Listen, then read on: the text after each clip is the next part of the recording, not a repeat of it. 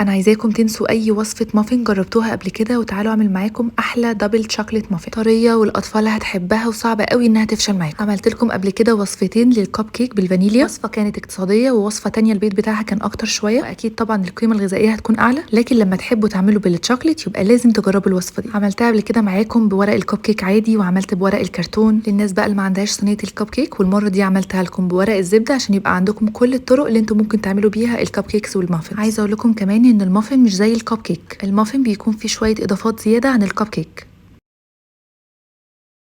ودي كانت كميه زايده معايا، عملتها في ورق الكرتون، شايفين اصلا عامله ازاي، وهفتحها لكم من جوه تشوفوها مستويه ازاي. دي انا ضفت فيها بس تشوكليت شيبس، ما ضفتش فيها تشوكليت سبريد، شايفين طريه من جوه ازاي وناجحه 100%. يلا بينا نشوف هنعملها ازاي.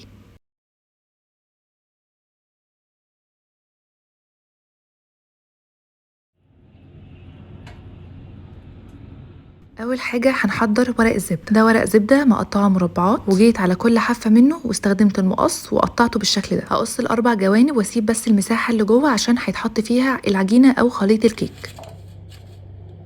خلصت كل الصينيه بالشكل ده، وهبدا بقى ان انا احضر الكيك. في بوله هنزل عليها بيضتين بدرجه حراره المطبخ وعليها رشه من الفانيليا. الميزه في المافن اللي انا مش بحتاج استخدم مضرب كهربائي، ممكن بالمضرب اليدوي عادي. ضفت عليه كوبايه من السكر، وهبدا بقى ان انا اضربه ضربتين بس، مش عايزاه يعمل معايا فوم عالي زي الكيكس التانية، انا بس عايزه ادمج البيض بالسكر. كوبايه الا ربع من الزبادي، او ممكن تستخدموا علبه زبادي. نص كوبايه من الحليب، نص كوبايه من الزيت، وهرجع اضربهم تاني بالمضرب اليدوي او الكهربائي. ودلوقتي هندخل المواد الجافه. كوبايتين من الدقيق عليها رشه من الملح بتظبط الطعم جدا، وقلت لكم قبل كده كذا مره اننا لازم ندخل الدقيق عشان الوصفه تبقى ناجحه.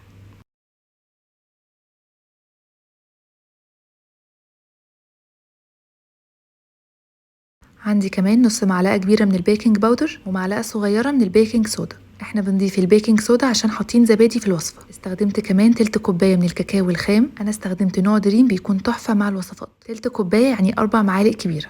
وهضرب ضربتين بس او اقلبهم بالسباتيولا او المضرب اليدوي، انا بس عايزه الخليط يندمج مع بعض ويكون ناعم. بصوا بقى، انا هنا محتاجتش ان انا اضيف لا لبن ولا زبادي ولا اي حاجه، بس انتوا لو حسيتوا ان الخليط كان سميك معاكم زياده ضيفوا شويه لبن صغيرين. اخر حاجه بقى هضيف دارك شوكليت شيبس، لو مش متوفر عندكم خلاص، بس هي بتفرق جدا جدا في الشكل والطعم وكل حاجه. بصوا انا حطيت شويه صغيرين في العجينه، بس انا هزود تاني لما اخلص كل الكميه واوزعها، هحط فوق الوش. هجيب بقى اي سكوب عندي بتاعه الايس كريم او معلقه كبيره تكون بتشيل شويه، وهوزع الخليط ده. الخليط ده عمل معايا 12 واحده وزاد معايا شويه، حطيتهم في ورق الكرتون.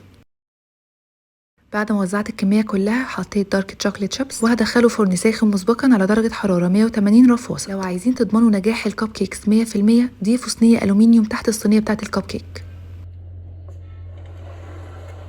بصوا هنا قعد معايا 25 دقيقة بالظبط، ممكن يقعد معاكم 30 دقيقة. أهم حاجة افتحوا عليه بعد 20 دقيقة واختبروه بعصاية الشيش طاووق، وحاولوا دايما تميزوا لو طلع معاكم حاجة فدي عجينة ولا الشوكليت شيبس لما ساحت، لأن ممكن تفكروا إن الشوكليت شيبس لما ساح يعلم كده على العصاية فتحسوا إن هي لسه ما استوتش فتسيبوها أكتر فتنشف. العجينة بتكون بتلزق شوية، لكن الشوكليت السايحة بتكون معروف. بص هنا بعد ما خرجت من الفرن فتحت فيها فتحة بظهر المعلقة، أنا ما حطيتش في كله، أنا حطيت في كام واحدة بس شوكولاتة سبريد، يعني تقدروا تعملوا كده وتقدروا تعملوا كده.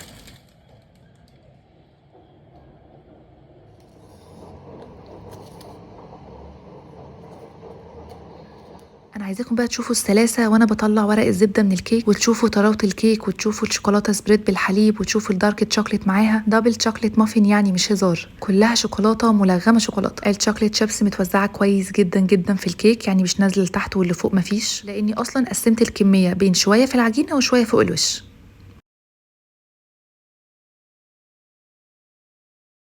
حطيتها بقى على راك عشان تبرد شويه. وعايزه اقول لكم طريقه الكب كيك بورق الزبده فعلا تحفه، بتطلع منها بكل سهوله. دي واحدة تانية من المافن من غير ما يكون فيها شوكليت، شايفين طرية ازاي؟